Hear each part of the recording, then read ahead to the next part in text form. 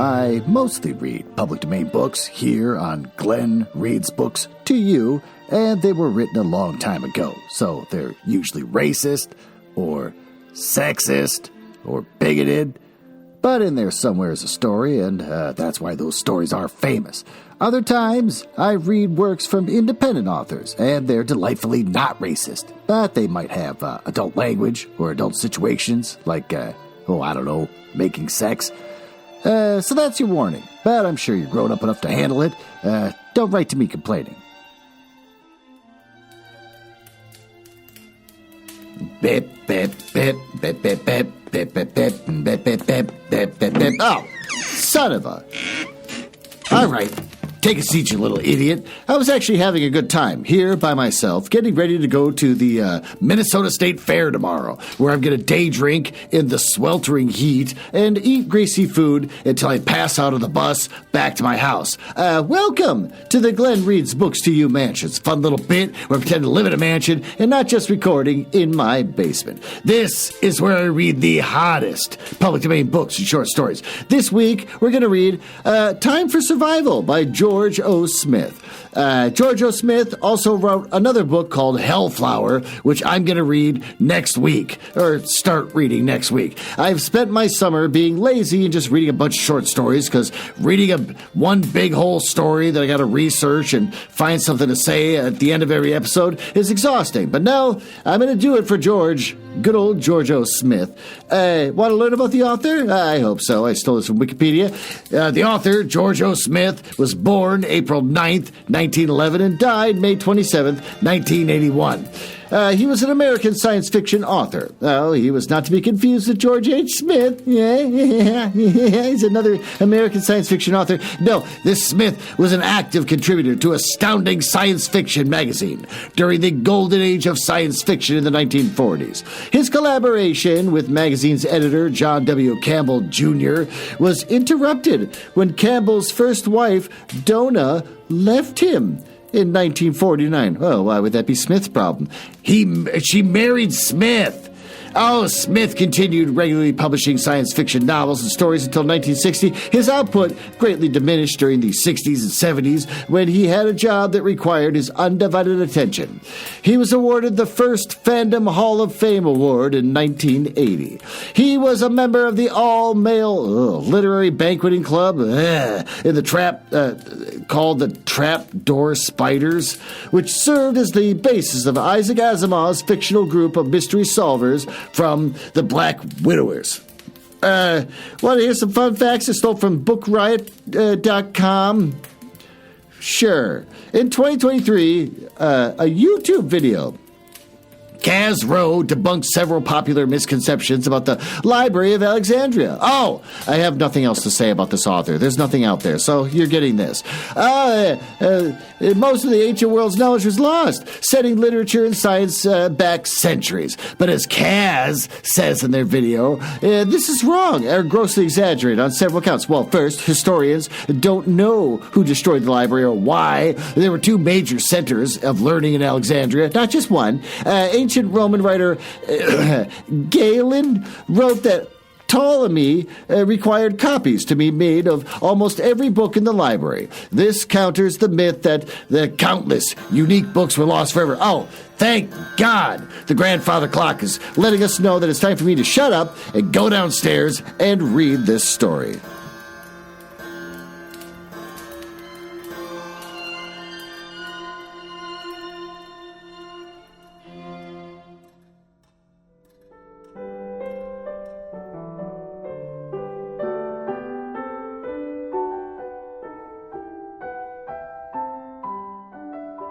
Well, there you are. Why don't you take a little seat? Get yourself nice and snuggled. This could be a real short one. Why? Because I've got to go to bed tonight. Because I got to wake up at like 6 in the morning to go park our car at a bus stop where we get on a bus and go to the state fair and then sweat and spend all of our money and eat a lot of food and then get back on a bus and then go back to our car and then go home and then just wind up sleeping for the rest of the day. It sounds like a lot of fun, doesn't it? Especially when it's freaking 90 degrees out with a dew point that you wouldn't believe. The storm ruined my plan. Not by seasickness. I'd come prepared for the worst, knowing how rough it could be on a sailing ship of the 19th century. I outrode the storm easily, stowed away in the hold. Not even the breakage of some of the 1,700 barrels of alcohol carried as cargo bothered me, although the stench was terrific. But on the morning of the 25th of November, 1872, the first mate, Albert Richardson, sent the second mate, Andrew Gilling, below with two of the German seamen to assay the storm damage. They found me, and I was hauled aloft before Captain Briggs was a stowaway. Captain Briggs of the Mary Celeste eyed my strange clothing with deep curiosity, but his interest was obviously more concerned with my unauthorized presence. "Oh," he said sternly, when'd you get aboard?" I realized that I had to impress him. I smiled. You delayed your sailing from the 5th November to the 6th so that you and Mrs. Briggs could have dinner aboard the Dei Gratia with Captain Morehouse. I said. How can you know so much?" he exclaimed. "How can you live as a stowaway for almost 20 days? I held up my Corinthian contactor. What? Knowing that I should have impressed him indeed. "Captain Briggs," I said, "I am a time-traveling historian from the 20th century." I pointed the big red button on the top. "Until I depress this button and return to my own day and age, every morning I receive my daily ration of food and water. It's about—" I timed it close. I was interrupted by the click of the Crampton as it time transferred my daily ration, and I opened the cabinet and offered a bite of 22nd century breakfast to the captain. He said, Oh, this is a sailor's tall tale, I think. You claim that you're a time-traveling historian? Well, then tell me, why are you here on the Mary Celeste?" "Captain Briggs," I said, "the time machine was invented in 1987. "Really? Why don't I have one?" Within 20 years, every historical event had been painstakingly researched and authentically rewritten by time-traveling historians who viewed the event as partaking eyewitnesses.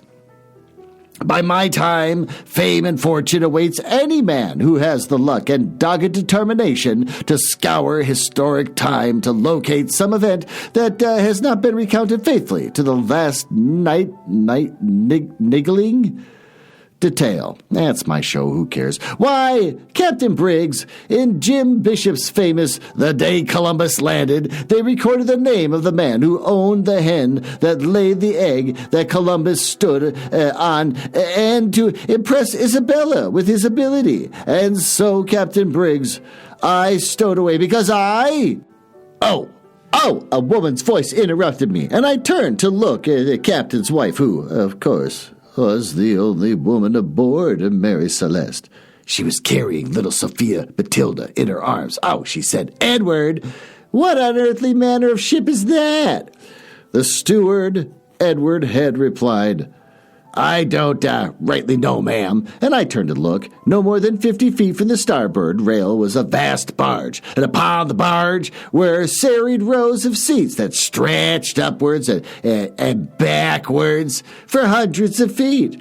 The seats were filling rapidly. Ushers were escorting the spectators efficiently. Vendors were selling refreshments and programs. A thrumming sound came from overhead, and I looked up to watch the materialization of jet copters, and personal carriers, and even a poised spacecraft hanging in a dome above our heads. Well, it seems like a good place as any to take a break. Why don't we learn a little bit about the latest upcoming books from Penguin Random House? Why don't we go down to my basement, and I'll tell you all about it. Don't get weird, it's fine.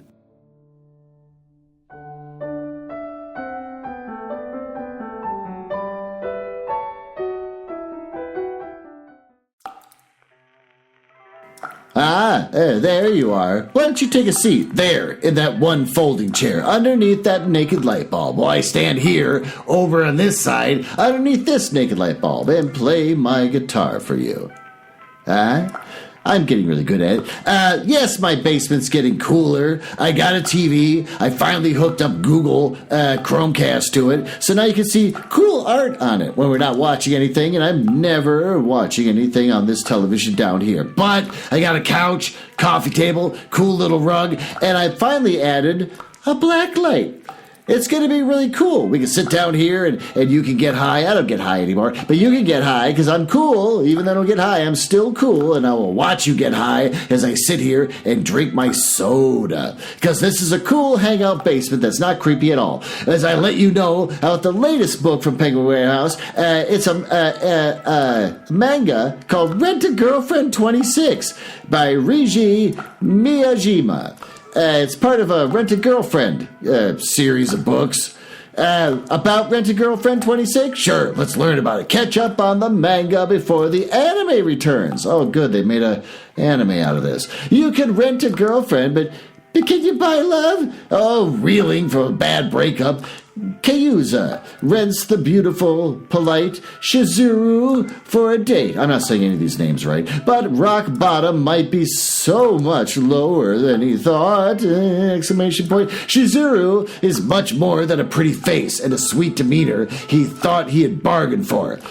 In today's Japan, quote, rental services can deliver an afternoon with a, quote, friend, a, quote, parent. This is getting weird. Even a fake girlfriend! Exclamation point. After a staggering betrayal by his girlfriend, hapless freshman Kayuza gets just desperate enough to give it a try. But he quickly discovers how complicated it can be to quote, rent an emotional connection. His new, quote, girlfriend, I'm getting sick of this, who's trying to keep her side hustle a secret, will panic when she finds out her real life and Kayuza's are intertwined in surprising ways. Oh, family, school, and life are all starting to go wrong too. It's sweet but naive boy meets cute but ruthless girl in this 21st century manga rom-com.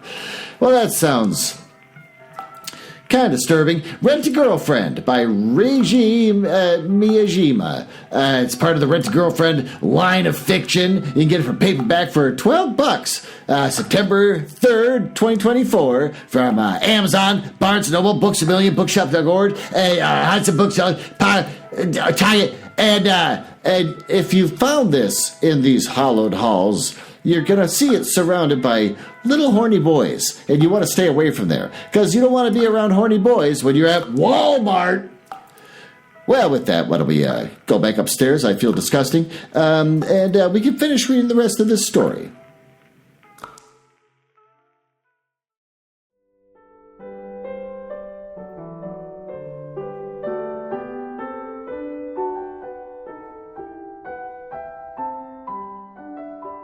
Yeah, well, there you are. Why don't you get yourself settled? And we can finish reading this incredibly short story, a deliciously punchy, short little story.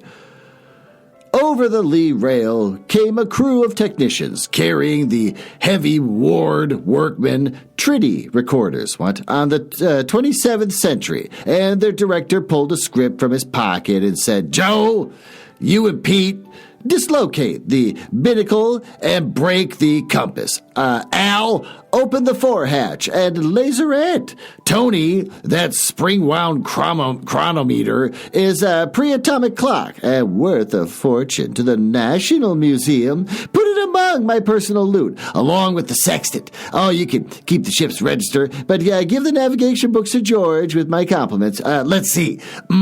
Sails, jib, and fore topmast. Oh, now toss the yawl overboard. Get it out of the way. It's missing. One of his men came up and said something to him that I could not hear. No, he replied, it would not be more dramatic to dummy up a half-eaten breakfast and a pan of milk warming in the stove for the baby. Too many writers tried to make it that way in the beginning. I know what is authentic.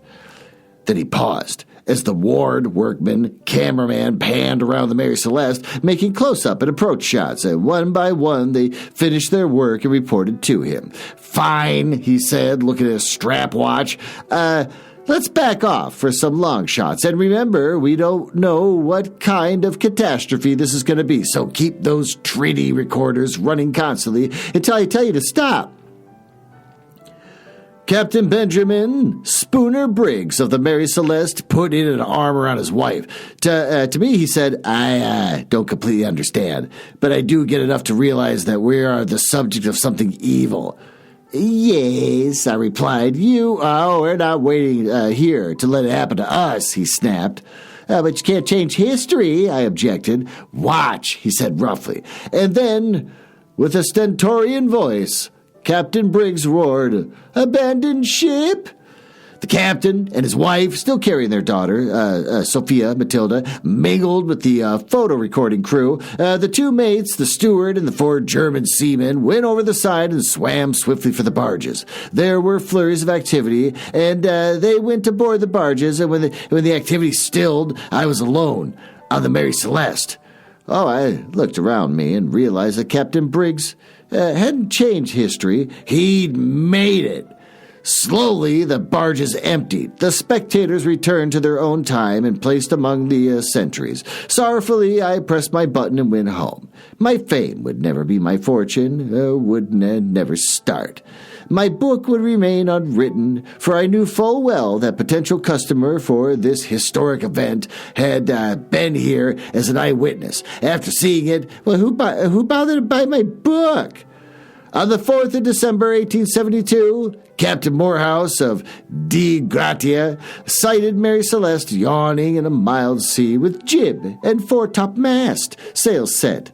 No one at the helm and no one aboard. The binnacle was knocked out of place. The compass was broken. The sextant, the chronometer, the ship's register and navigation books were missing. The ship's yawl, lashed to the main hatch, was missing.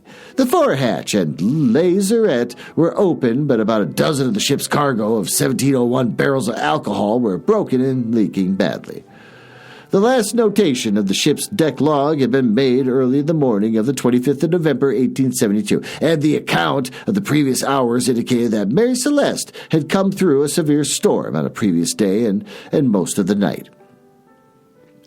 Accounts that include half-eaten plates of food, half-packed bags, and other evidences of abrupt interruption and panicky flight for safety are false. No survivors have ever turned up. No explanation can be given. Researchers in the Mary Celeste mystery suggest that the storm, the leaking alcohol, combined to frighten Captain Briggs with a threat of fire or explosion, and that they all took off in the ship's yawl, which floundered. We will not know the truth until someone invents the time machine.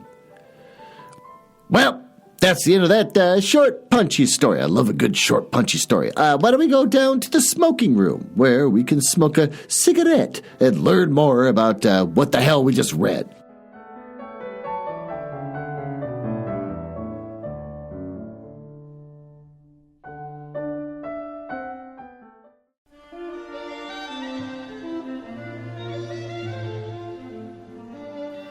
All right, I'm coming. Here I am. I had to go to the bathroom. There you are. You're already seated here in my smoking room, where you can see that there is a chimp skull there on the coffee table. And if you remove... my wife's birds. If you remove the top portion of his cranium, you'll see that his skull is filled with cigarettes. Go ahead. Have one. While we try to figure out what the hell we read. It's a short, punchy story. I love a short, punchy story. I'm really hoping that his next book that I read is going to be short and punchy. I get these things on ebook, so I really don't know how many pages it is. It's just kind of like, I've got it. I hope it's not long. So we're going to find out. But basically, the Mary Celeste is doomed. And all of a sudden, this time traveler shows up and would you like one of my signature lunches? Which is kind of a twist. And then all of a sudden, all these people show up, and they're like spaceships, and they've got cameras, and they've got audiences watching and waiting, and they're going to sit there and loot the ship before it goes down. And weirdly, instead of being completely overwhelmed, which would be normal for a human being to say, that ship floats in the sky. That one over there has got 1 million people in it, like a giant arena. What the hell is going on? Instead they say, I don't have to be an idiot to know that this is evil. Everyone abandons ship, so they all just leave the ship. Which makes all the time travelers unhappy, because now it's just an abandoned ship. but it's kind of like a ghost ship. Maybe it's got a little lore behind it, and that's the end of the story. Was it good? I don't know. I like that it was short and punchy. I love that. But beyond that, I guess the fact that the people on the ship just kind of knew instantly, this is bad, and let's do the opposite of what they want. You'd think it would take them a lot more time to gestate what the hell is that's exactly happening right then and there. But I guess not. Is it lazy writing? I mean, maybe. What's the reference here? They're writing this for Fantastic Universe magazine, apparently. So, like, maybe they said you only get like 8 pages, so keep it short and get to your point. Maybe you had like an entire epic written out about this entire scenario and like how people from the future with the entertainment-driven industry is going to go back and just take advantage of these poor people from the past that just try to live an authentic life. Maybe he had a big thing he wanted to write about that, like you get 8 pages. And he's like, okay. Oh, geez. And so then he writes what we just read today. I don't know. Or maybe he's not a good writer. I guess we're going to find out when we read, starting next week, Hellflower. Maybe it'll be a little bit better. Well, with that, I'm going to go to bed so I can go to the state fair and sweat my ass off and suffer and drink alcohol and eat gross food and then and pay them for the experience. And with that, thanks for listening, and I'll see you next week.